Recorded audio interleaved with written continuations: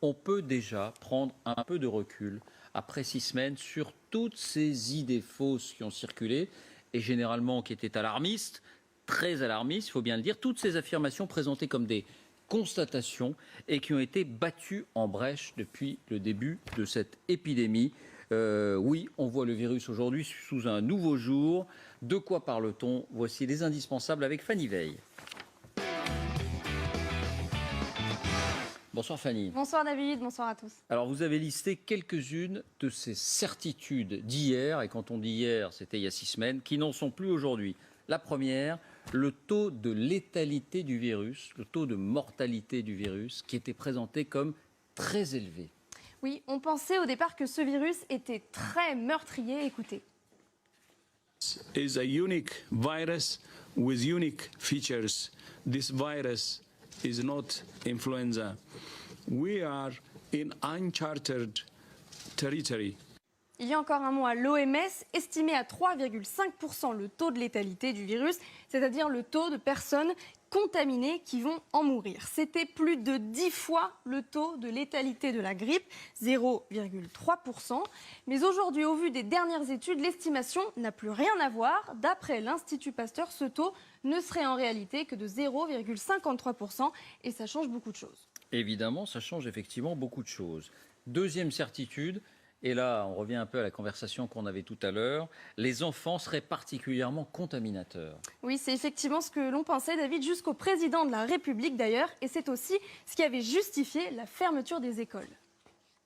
Nos enfants et nos plus jeunes, selon les scientifiques toujours, sont celles et ceux qui propagent, semble-t-il, le plus rapidement le virus. On a, si vous voulez, procédé par analogie avec la grippe saisonnière, parce que les enfants, effectivement, étant réservoirs à virus et n'ayant pas énormément de symptômes, pouvaient contaminer la famille, l'entourage, etc.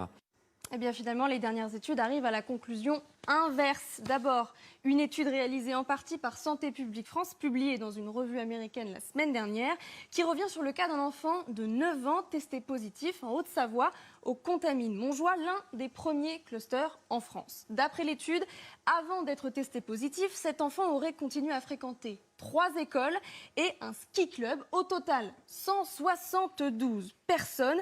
Eh bien, il en a contaminé aucune, pas même ses 2 frères et sœurs. Conclusion donc de l'étude, les enfants pourraient ne pas être une source importante de transmission de ce nouveau virus. Une autre étude confirme ce diagnostic. Elle a été menée cette fois par l'Institut Pasteur à Crépy-en-Valois dans l'Oise, le premier foyer épidémique français. Conclusion, 41% de l'ensemble du personnel, les professeurs mais aussi les élèves du lycée ont été contaminés par le virus. Mais le risque que les lycéens le transmettent ensuite à leurs parents n'était que de 17% et à leurs frères et sœurs de 21%. C'est ça. Et 17%, c'est uniquement pour les lycéens qui avaient été contaminés. Un lycéen contaminé dans 17% des cas, alors qu'on ne savait pas à l'époque que le virus circulait, donc on s'embrassait, on se touchait, on se côtoyait de très près. Eh bien, pour un lycéen contaminé, dans 17% des cas seulement, sa famille avait été contaminée. La troisième affirmation qui a été battue en brèche, le virus est là pour des mois, rien ne va changer parce qu'il est totalement insensible à la chaleur. Et oui, écoutez ce que disaient les médecins à ce propos au début de l'épidémie. We do not know yet what the activity or the behavior of this virus will be in different climatic conditions. And it's a false hope to say, yes, it will just disappear in the summertime like influenza.